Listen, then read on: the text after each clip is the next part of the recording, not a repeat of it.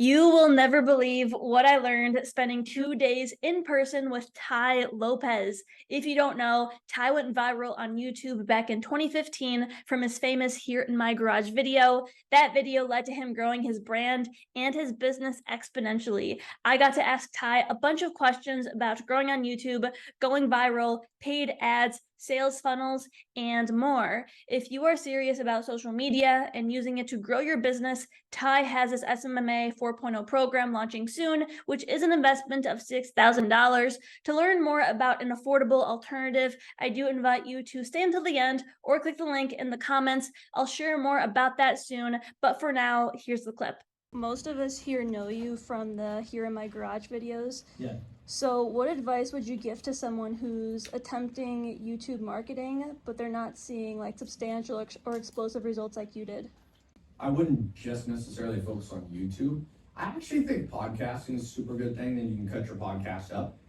But like Michael said, go on other people's podcasts. It's a great thing to do. Yeah. Just talk about your life. Go on C-listers and D-listers. Don't try to go on an A-list podcast. Don't be like, oh, I tried Joe Rogan and he didn't answer me. Like, just go on people who are just starting up. You need people on your level. Remember, it's not true that you surround yourself only with people above you. You're not going to be able to surround yourself. Why would they want you in their social circle? So you can't say, it's very much a myth. Right? Like, oh, you only need 5 people around you that are all rich, and if you just hang around with them and they're way ahead of you, that's not how it works. Law 33%. So you need to be talking to a lot of people, getting yourself out there. There's a huge curve. It took me, Here in My Garage is 2015. I started social media in 2012 or 13. It takes probably 18 months at the shortest, more like 2 years. Most people, I have this saying that people have always liked. You're gonna get what you want and just take 1 or 2 years longer than you think. Who here has ever thought you were gonna get something, and in hindsight it took a couple years longer, but you eventually got it? Yeah, but people give up. So social media, people give up faster on social media. You know what I like to imagine when I post something and it doesn't get a lot of likes? Instead of me being butthurt, let's say I post something and I don't know, I'll just make it. Let's say you post something and 100 people see it. Isn't that a lot of people? If you actually have good content that helps people, helping 100, there's not even 100 people, I mean 100 people. So sometimes I'm like, oh, I did a live call and only like 10,000 people watched, and then I'm like, that's the same amount of people as a stadium.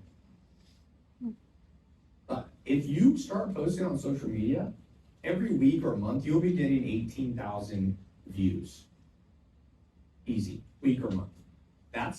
Kobe Bryant used to play basketball at the Staples Center, Crypto Center, that only held 18,000 people. You're getting the same amount of people that Kobe Bryant was getting at a game. So I think we've gotten so wacky with our expectations that it's hard to be happy. There's a principle I've heard somebody say, I'm not sure the number, but you don't need that many true fans to make $100,000 to $1 million a year. I have students of mine that have like 5 clients, 5 that they make $1 million a year off. 5. So theoretically, you only need like 5 people who watch all your Instagram videos. So you reset your expectations. Do you want to be a viral influencer, or do you want to make money? Who here would rather make money or want to be a viral? Who just loves attention? You want to be a viral influencer? Somebody wants to be that. Be honest. Okay, there's somebody's dishonesty. Okay. I did a conference, and a guy in Copenhagen was like, Ty, forget all the business stuff. He's like, I want to be famous. He's like, dude, I appreciate his honesty. He's like, women didn't like me growing up. I was bullied. He's like, and one day I will be the best known guy in France. And I will go back to all the people and say, and I was thinking, he's a motivated guy, but at least he's honest. I don't know if that's a healthy way to think about life, but. So the thing is, who here intends on like building a business by making content? Any of you guys? Beautiful. Okay, this thing that we're talking about is going to be the issue that you're going to have your entire like career. Is this concept of, do I make things that are with depth, or do I make things with breadth? Does that make sense? So like Brad, you do Closer Academy and Lightspeed VT, right? How often are your videos on social media about either one of those things?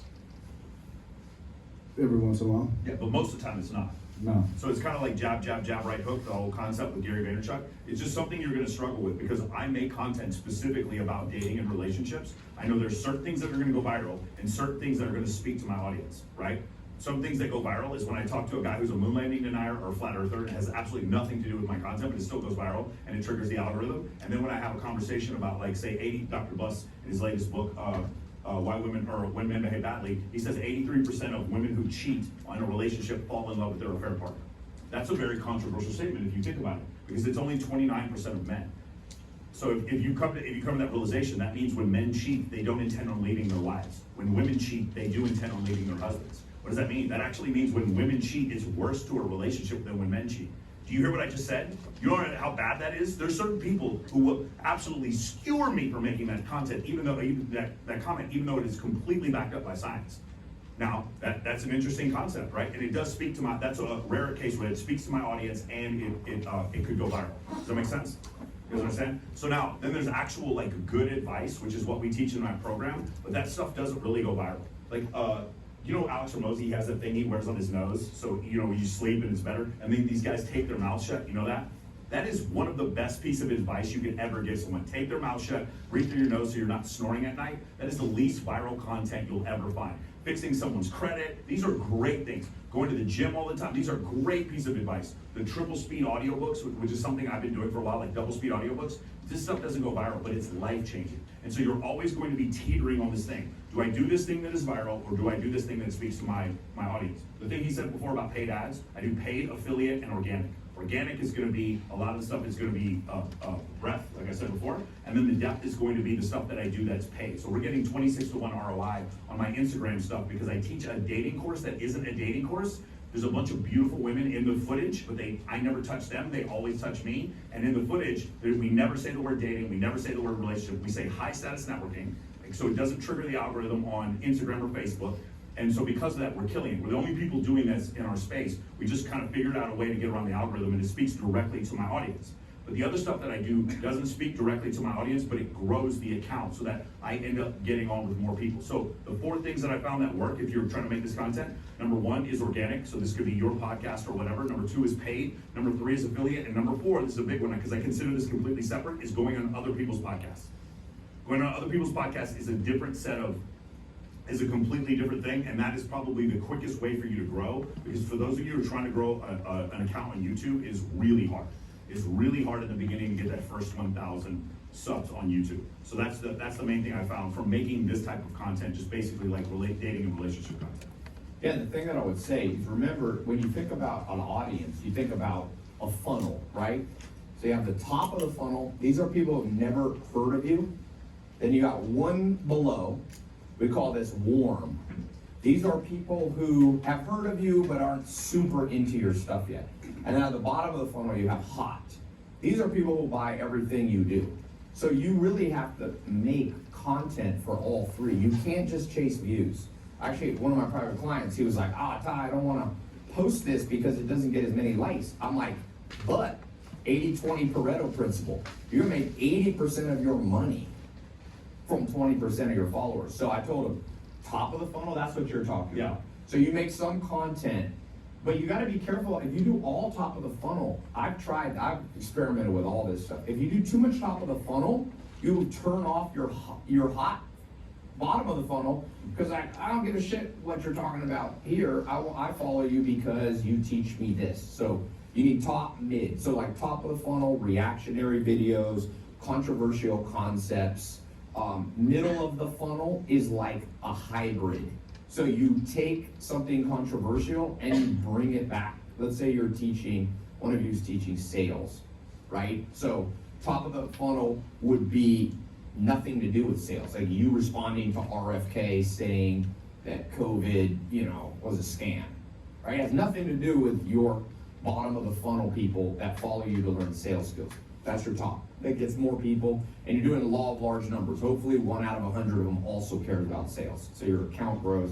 Mid funnel would be like I commented on a woman who said she was clinically diagnosed as a psychopath, and it went viral, okay? But I commented on it, something that would also appeal to my bottom of the funnel. So I actually think the best content is top of the funnel hook and bottom of the funnel meat.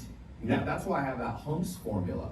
Hypnotic opening, unique origin story or unusual origin story, make it simple, practical solutions, special time in history. So humps, if you hump a lot, you'll make better content. And so the hump, the H is the hypnotic opening. The unusual story is you slightly bringing it back to yourself.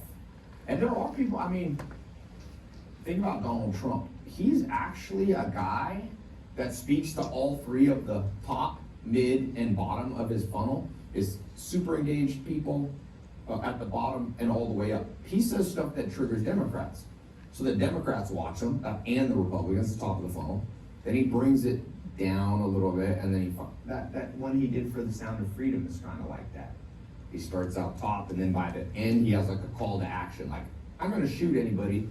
When I'm president, I'm gonna shoot anybody who is trafficking. Yeah. Donald Trump is actually way smarter than people think.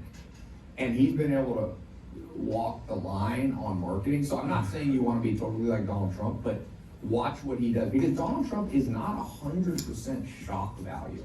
And by the way, I didn't vote for Trump. I didn't vote for Biden either. I actually didn't vote last time. I feel like you shouldn't vote if you don't like anybody. People get mad about that, but it seems logical. You give me friends like, yo, bro, I got 2 blind dates for you. I meet both of them, I'm not interested. I'm like, no, I'm gonna go on no date. That seems more honest. So I didn't vote for either candidate. But I think Trump, what's interesting? Biden, I don't know who likes Biden. Biden gets no likes on his own Instagram. He gets 8,000.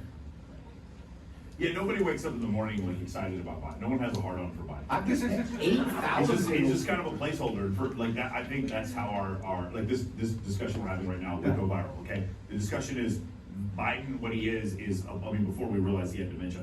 Like he's a placeholder. He's like, we can't have this person we don't like in office, so we're gonna have Biden as a Democrat placeholder, and he's next in line because people have owed him favors for the last 48 years he's been in office. And so that would be the explanation for it. This discussion would go viral. Yeah. And then another discussion would be, well, you know what that means is that that means the actual three branches of government system actually works, right? Because the 3 branches were not created for you to pass laws quickly. They're created to create quagmires. So that if the people are dumb and elect someone who is dumb, that dumb person has to still get the Congress, they have to still get the legislature and the Supreme Court to agree in order for stuff to happen.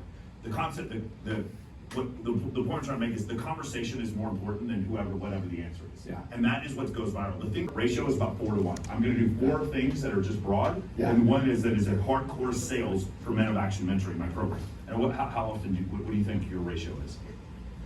I don't do any, selling. Yeah. Really.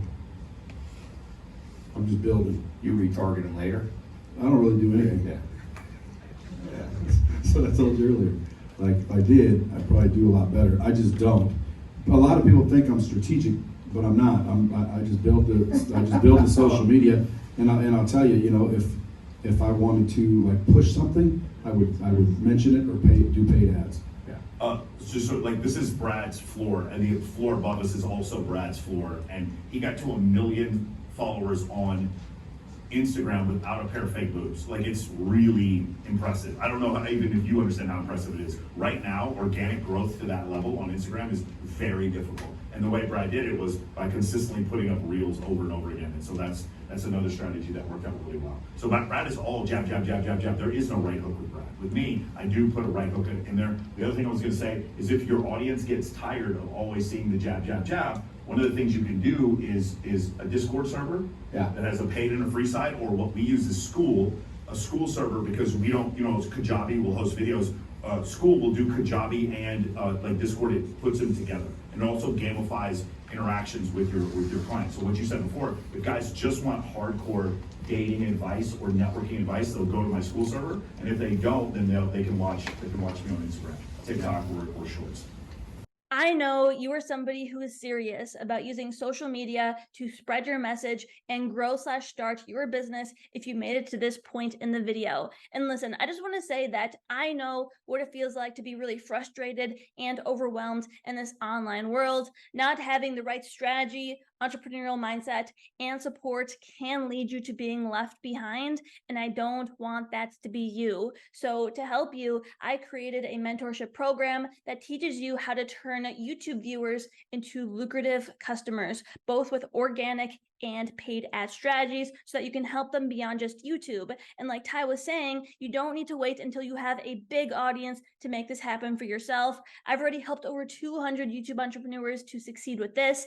And in the program, I really compiled my knowledge from my 4 years interning for TEDx, getting mentored by Tony Robbins, and successfully attracting leads and sales with this channel right here. I've also read countless books on the subject, as you can see, and I learned from mentors like Ty. So if you are serious about going all in with this, then I invite you to apply for my mentorship using the link down below. Once you do, I will reach out to you shortly to book a free discovery session where you can ask me questions and we can determine if we are a good fit. I'm so excited to embark on this journey with many of you. So no more 1 days. Together, let's make that 1 day into 2 day. If that's you, if that's what you want to do, go ahead and drop a hashtag I am a creator down below and apply for the YouTube Business Accelerator. Regardless if you apply, I hope to see many of you around on my channel because I do post a lot of valuable content about social media and YouTube and personal branding. I'm excited to see many of you around, and thank you for watching this video.